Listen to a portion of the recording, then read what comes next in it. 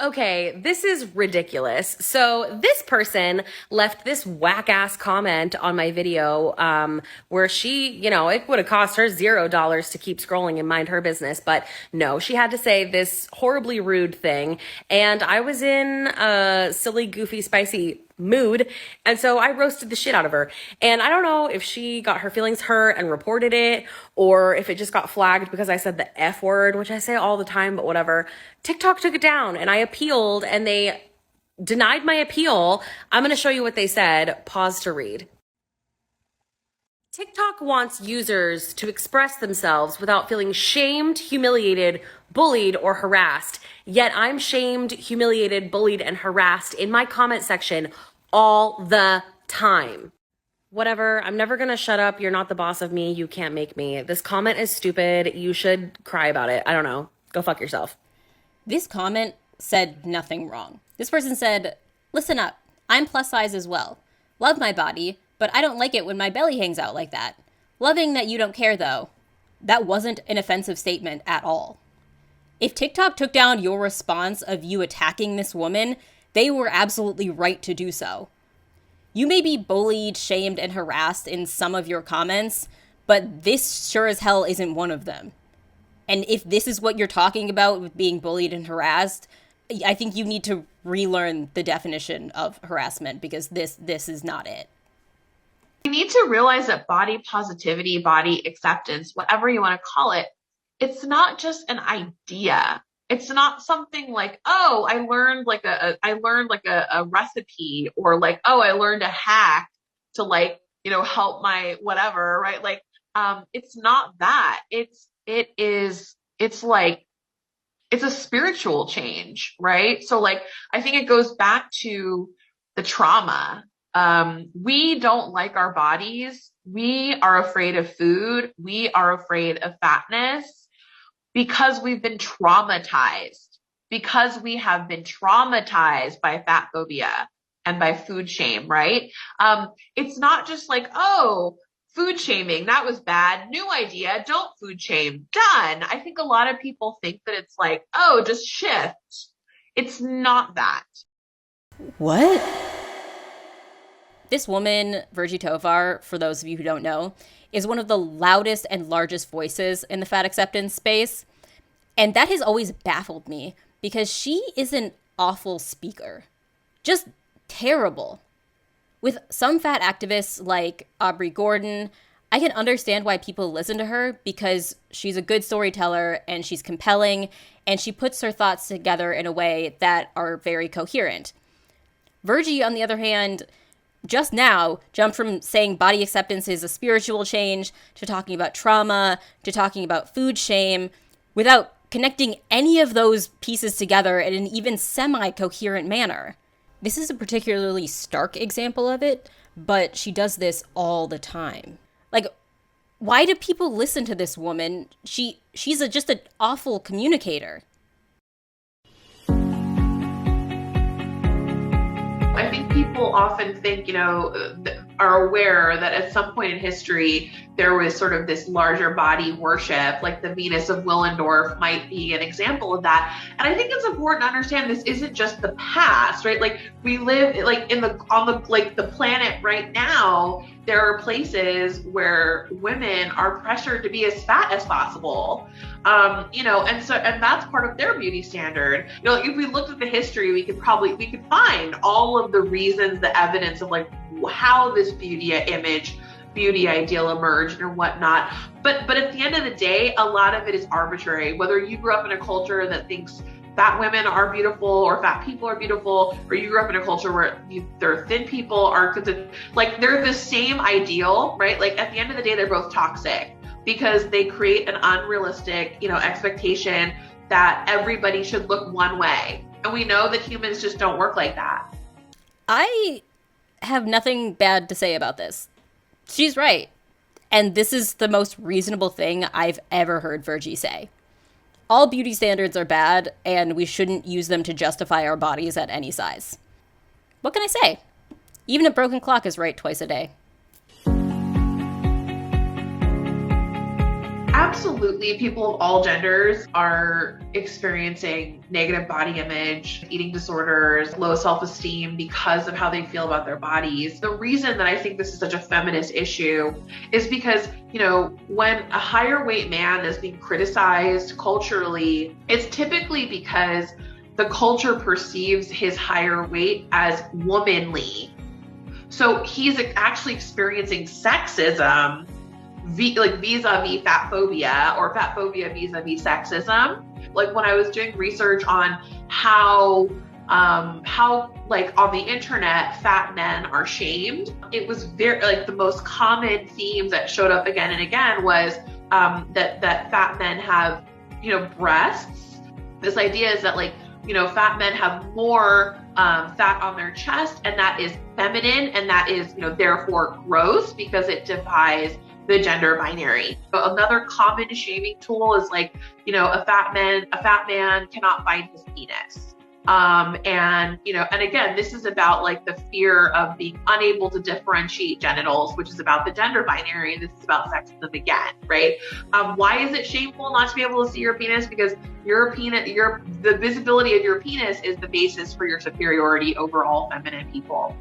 And so again, everything that I found came back to how shameful it is that a man would be like a woman, which is sexism, which is and so for me, I think it's important to understand the nuances of this, that fat phobia is occurring. But at the end of the day, if the fat phobia is occurring on the basis of men shouldn't look like women because that's shameful and humiliating, we have to also understand that there's sexism involved. Okay, and we're back to the nonsense. No. I've considered coming at this argument from many angles, but all that really needs to be said is it's not that deep. People on the internet will make fun of people in creative ways, and making fun of men for having man boobs is just the internet being mean. Small-chested women get made fun of having no boobs all the time, and it's not because they look like men. People on the internet are just rude. Alright, so today's medical fat phobia story time brought to you by my girlfriend. She went to her primary care doctor's office to do her regular urine test because she is diagnosed with ADHD and takes Adderall. And in order to get that prescription, you have to do a pee test. It's a whole thing. Anyway, so this appointment was solely for her to do the pee test and to get more scripts of her Adderall. And her normal PCP is having a baby or just had a baby, so she's not in. So my girlfriend saw a different doctor who proceeded to do the usual bringing up of her weight at an appointment that is only for her to get a prescription for Adderall. And this doctor was like, oh, your PCP has talked to you about your weight, to which my girlfriend was like, yeah, that's not a thing. My girlfriend has had blood work with her PCP, and her blood work is great. Her doctor's not concerned. And yet, this random, thin-ass man doctor decided to give her a whole lecture about food as medicine, didn't consult her about what she eats or what her diet looks like, just decided to start lecturing about food and weight loss for an Adderall script. What? I'm so frustrated with the medical system and with medical fat phobia, and I wish I had the energy and the spoons to get a full medical degree because I'm so sick of doctors. It is absolutely absurd. And I keep debating starting some sort of consulting thing where I can virtually attend doctor's appointments with folks who need a fat advocate on their side to fight against medical fat phobia and discrimination. It's exhausting, y'all. And then I was arguing with, some other medical person on TikTok. And it's just, I'm so sick of the full-blown delusion that is the weight loss industry in this country. It's appalling. And I'm so mad about it. Okay, to start out, let's address that this person's girlfriend is about the same size as they are.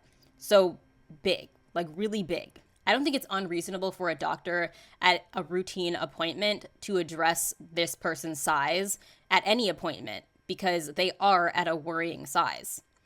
Next, where did they get off trying to tell doctors what they should or should not do medically when they have no medical credentials? You want to sit in on doctor's appointments and advocate for fat people like a lawyer does with their clients? But you know why lawyers can do that? Because they understand the law. They understand what is best for their clients. You are not a medical professional, so what gives you the right to try to advocate for anyone in a medical setting? And arguing with medical professionals online? What grounds? On what grounds? I've been meaning to talk about this topic for a long time, so thank you for this comment for reminding me about it.